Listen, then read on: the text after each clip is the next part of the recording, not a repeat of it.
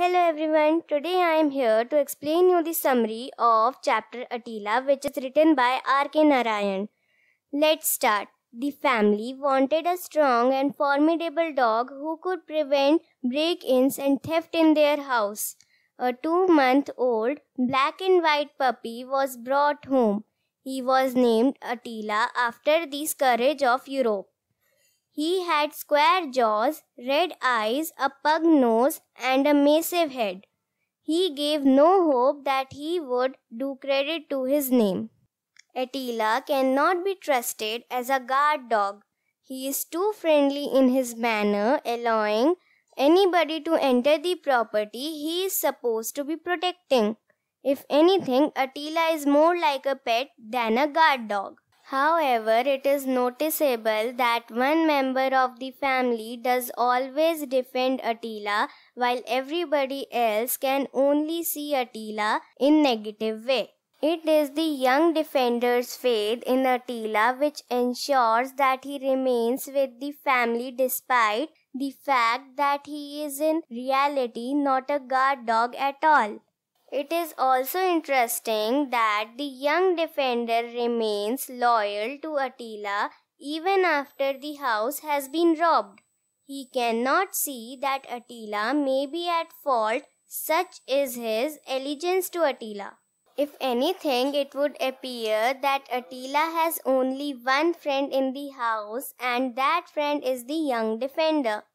No matter what Attila may do or what mistakes he may make, the young defender always defends Attila.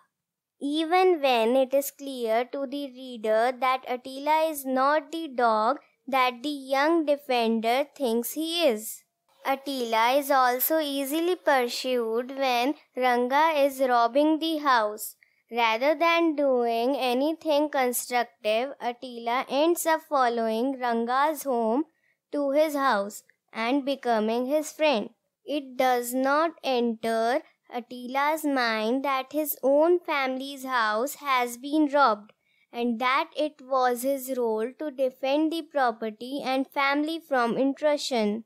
Though some critics might suggest that Attila is fickle in nature and prepared to go off with anybody who treats him nicely, it is more likely that Attila simply isn't a suitable guard dog. He may lack the required intelligence to protect his owner's property.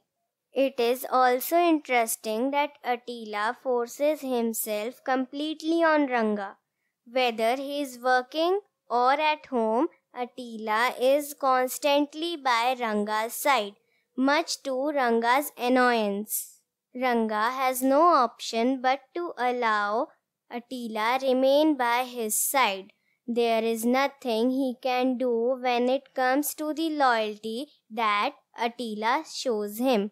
The younger defender sees Attila in the streets and only by sheer chance does he realize that Ranga is the thief who stole the jewelry from his house. Rather than seeing events as being fortunate, the young defender believes that Attila has been following Ranga all the time, considering Attila to be a detective, while the reader realizes that this is not the case.